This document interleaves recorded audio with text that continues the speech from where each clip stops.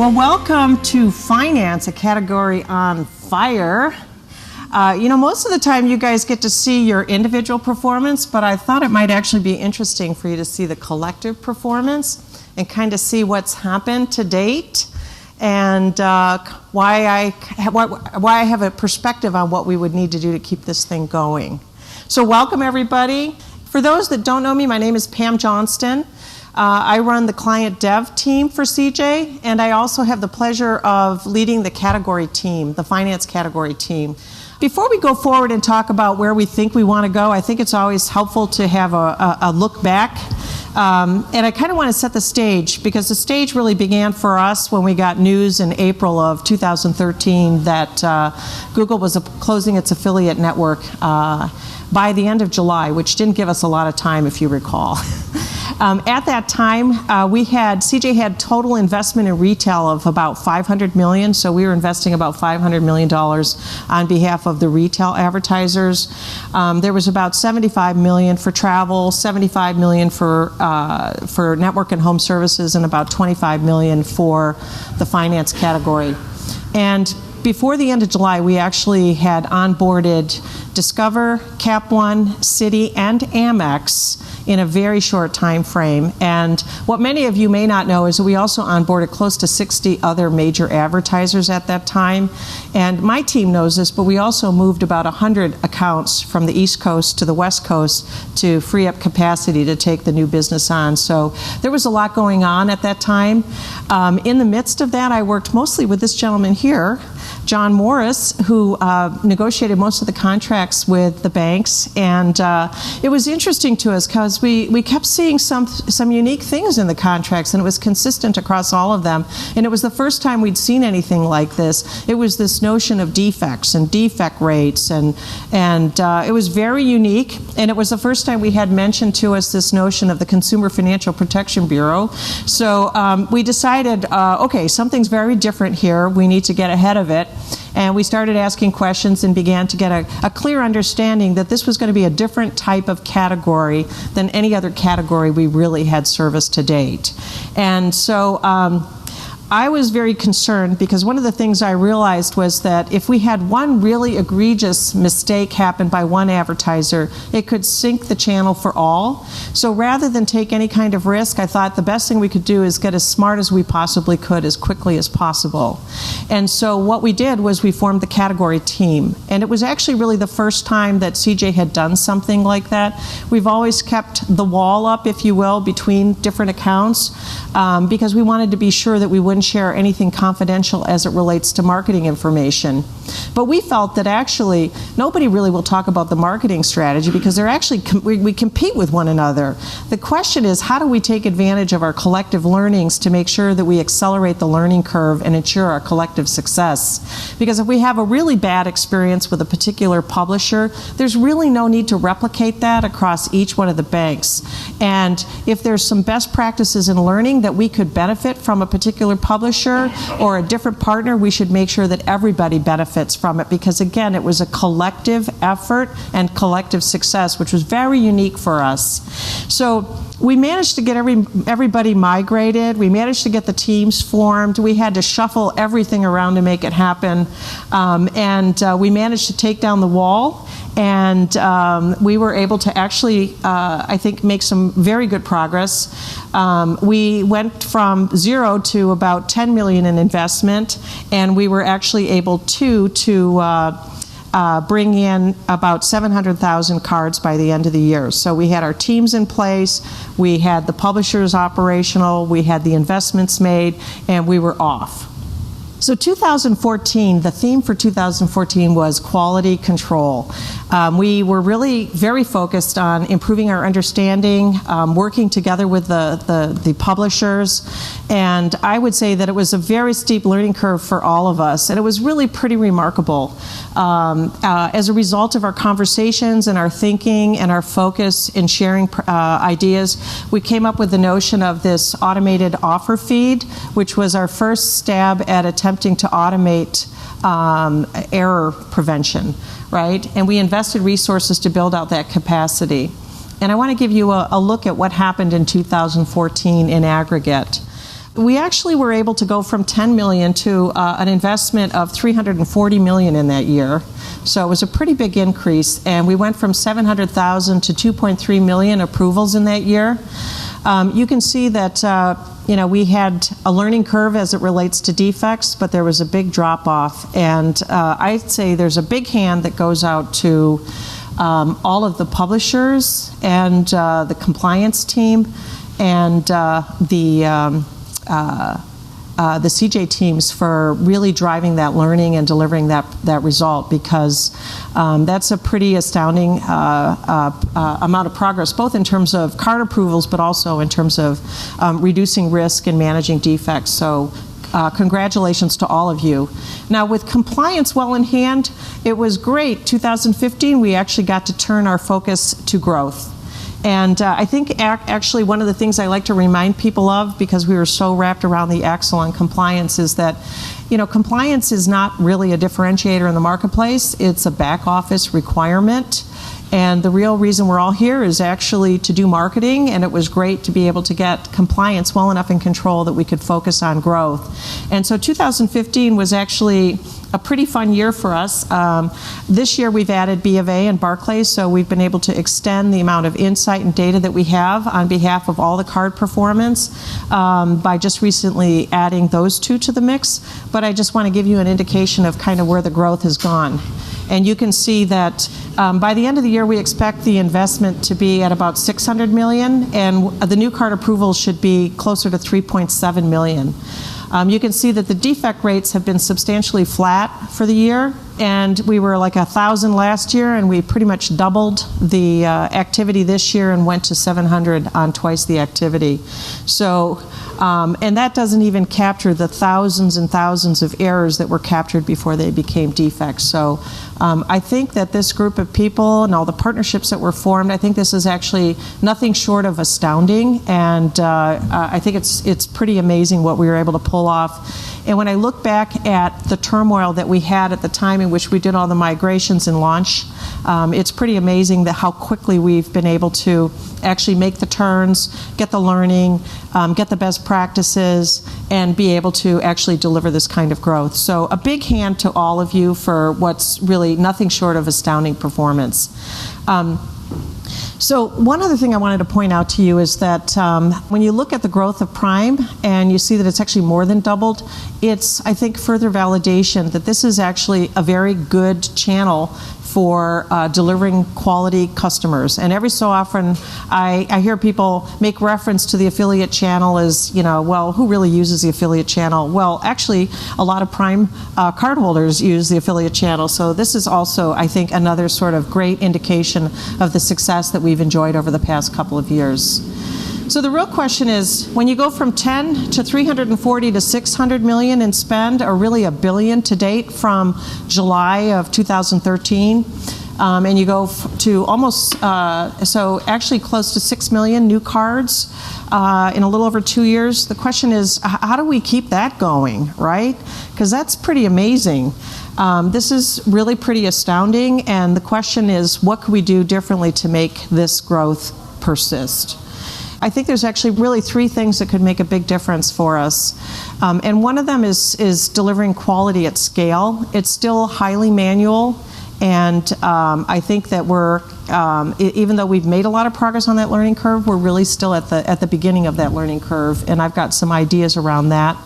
The other notion is opacity, and I'll talk a little bit about that in more detail because it's not a term that you typically hear, but it's a global economic term, which I think describes our situation well. And then ultimately being able to target our spend. So let's start by describing opacity. Opacity is actually a pretty interesting concept, and it's a pretty recent invention. It's called an opacity index, and it was derived by PricewaterhouseCoopers sometime in the last several years. And the purpose of it is to actually rate countries for their level of transparency, how well they regulate rules of engagement, how well they enforce consequences when people don't actually adhere to them. And they've discovered that there's a very direct correlation to growth with growth and opacity. And to give you an example, if you have a very high opacity index, you typically do not attract direct foreign investment and your growth is highly limited. And if you look at Microsoft, Microsoft is actually a very interesting example of this because they've been losing billions of dollars every year in China for the past 20 years. And they've said market share is really not the problem. We have plenty of market share. We just actually don't get revenue for the market share that we have. And I've been following it for years. I always found it fascinating because I spent a lot of time in Asia with Motorola, with Overture, and with Yahoo. And so it's always been something I've followed and found fascinating. And in April of this year, it's quite interesting because Microsoft made a decision to upgrade everybody's PC, whether their original operating system was pirated or not, to Windows 10. And it was a long time in coming, and it's very clear what the strategy is going forward, and that is that will be upgraded as software as a service. And so finally, they gave away the billions to get the market share for the point in time in which the infrastructure could support software as a service. And so they made this investment in the long run with anticipation that they would eventually be able to monetize that. Well, ultimately, the problem they had was that there was not good enforcement, there was not good transparency, there was a very high opacity index, and typically in emerging markets, the opacity index goes down because people find they get better investment, they get more investment, they see better growth, and you start to see emerging economies transition over time. Well, one of the problems that we have as a channel is that if you compare our transparency to the other channels, we actually have a relatively high opacity index, and I think it gets in the way. And the one thing I want to point out about this category, because I also run the home and network services, and then Mike Colwell runs retail category, and John Dent run the travel category. This is the most unique category of them all. And the reason why is because if you look at affiliate in every other category, there's a direct interplay between the different channels in influencing conversion. Okay? So if there's a fear among publishers of exposing and being transparent around your contribution to that sale, the risk in those other categories is that people may take their investments elsewhere. Okay? The difference in the finance category is that the affiliate channel is the funnel. Okay? You can influence to some degree what gets in the inclusion set by other forms of marketing, but virtually the vast majority of consumers go to the affiliate channel to get informed, to make a purchase decision. And so if there's transparency and people say, well, it's not as effective as I thought, where's the money going to go? And that transparency is actually what gives you the information that you need to figure out, in fact, how to optimize what you're doing. Because the extent to which we can reduce the opacity, increase the transparency, and improve the performance, then I think what ends up happening is that advertisers will have more confidence in making investments in the channel. Okay, so that's actually a very important concept, and this is the category where it behooves us most to start to take down those walls, if you will, between publishers and CJ and the advertisers to look at how we can optimize our performance. So the other one I want to talk about is quality at scale, and you know, I cannot tell you, I go to almost every QBR for in the finance category I try to go to. I don't get to all of them, but I can't tell you how many times I've heard the same expression, which is, I'd like to introduce this new publisher, but then we decide it's probably not worth the effort. And the reason we say that is because the level of effort to ensure compliance is too great for the upside we might get in terms of revenue. What we all know from working with publishers is it takes time to develop and build their capabilities and get them up to speed on what the advertiser is looking for, but it becomes a showstopper out of the gate. And what that does is it limits our addressable market, and it restricts us to a finite distribution channel. There's more competition within that channel. It makes it more expensive to participate in that channel. And so the very best thing that we could do is find a way to be able to make it so that we could work effectively and ensure compliance as we move into the mid-tier publishers, okay? Easier said than done, okay? So the question is, how do we go about doing that? And you know, it's fascinating for me because I feel like we've made some really amazing progress, but Very early in my career, I worked for Motorola, and we were recipients of the Malcolm Baldrige Award. And so we were all trained on quality, how you think about quality, and how you measure defects, and how you look at things. And the whole orientation around the principles at that time were built on the premise of quality prevention versus quality detection, okay?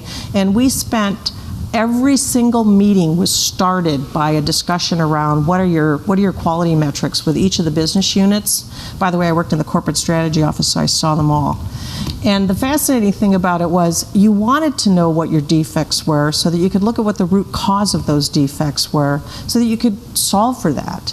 And you looked at minimizing the number of defects to such a small degree that, I mean, it was astounding the difference in numbers when you go from a 1 Sigma to a 6 Sigma company.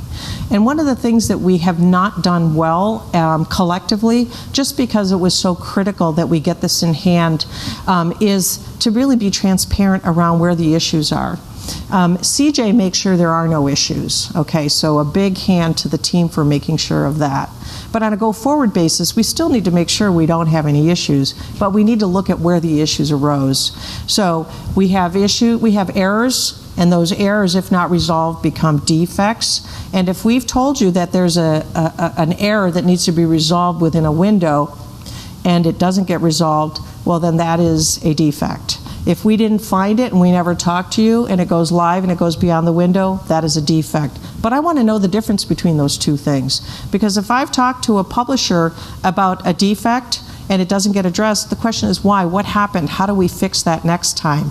Or if you've got a production environment or a development environment versus a dev environment, how do I work with you so that you look at QA to also encompass the accuracy and completeness of the links before you promote your version at that point in time, right? There are things that we can do that start to actually look at dramatically reducing the amount of defects and the extent to which we can make it be solving the problem as opposed to finding the problem, then it goes down and it allows us to scale our efforts. And we can focus those efforts on getting new people into the channel, new publishers, and getting them up to speed, and again, increasing the addressable market. So more to come on that, but I think the thing is we have to look at finding problems as a good thing so that we can look at understanding and eliminating the root cause, okay? So the next thing I want to talk about is targeting. It's interesting for us too because we look across all the different categories, and in 2014 when we spent all this time and investment really making sure that we got our arms around the whole notion of compliance and quality, the rest of the categories were actually moving pretty rapidly in trying to understand how to build out their data, how to build out their ability to target. And so the conversations that we have with the other categories are quite different than the conversations that we have with the card issuers. And so I think, if we really want to get spend, I mean, imagine this concept of being able to know proactively, not through the rear view mirror, that the dollars you spend are going exactly against the customers you want at the dollars you want, and not in aggregate or a weighted average where you look back and say, oh yeah, I did a pretty good job. I got a pretty decent percentage of prime versus subprime, and I paid the right weighted average. If you knew every time you were spending the right dollar against the right customer, then, me as a CFO, I'm actually okay with just opening up the spigot and sending more money there, okay? But not if I have to discount it because I don't know about incrementality because there's not transparency or opacity. Not if I can't be sure that there are going to be quality issues. So all of these things actually really play together and make a difference in our ability to really grow the channel. And so I think we've laid a foundation. I think we've got something really good going here. And we've built something really valuable, and I think we also have now the ability to step back in 2016 and say, how do we make it more valuable, and how do we deliver more growth? Because again, affiliate is the funnel in this category by and large. So let's make it be as valuable a funnel as we possibly can. So, I'm always very struck by Ronald Reagan's speech that took place in Berlin. I'm actually old enough where it actually has it was a big significant emotional event for me the first time I saw the wall as a young person, and then the days that I was working for the Boston Consulting Group, and I remember people running down the halls talking about the wall coming down. And it was a pretty extraordinary situation.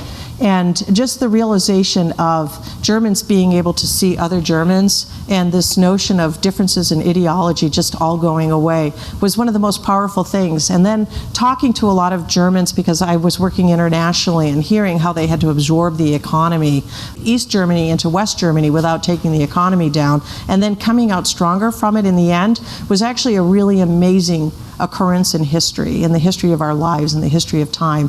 And I look at kind of us standing before that Brandenburg Gate right now, and I think we've had these hesitancies, we've had these concerns of opening up and taking down the walls. We took down the walls, and the client dev team and formed a category team that's really helped us all. And I think now the real opportunity is actually if we can take down the walls and really start to look at how we fix these underlying issues of transparency, opacity, quality, as well as quality at scale, as well as being able to target. And I feel like we're in a great position to start to take this category into those areas, and I look forward to working with all of you. I want to thank you guys. I think that you should feel really proud. This is the fastest growing category. We've actually never seen anything quite like it, and we want to figure out how we can grow even more than we have if possible. Thank you very much.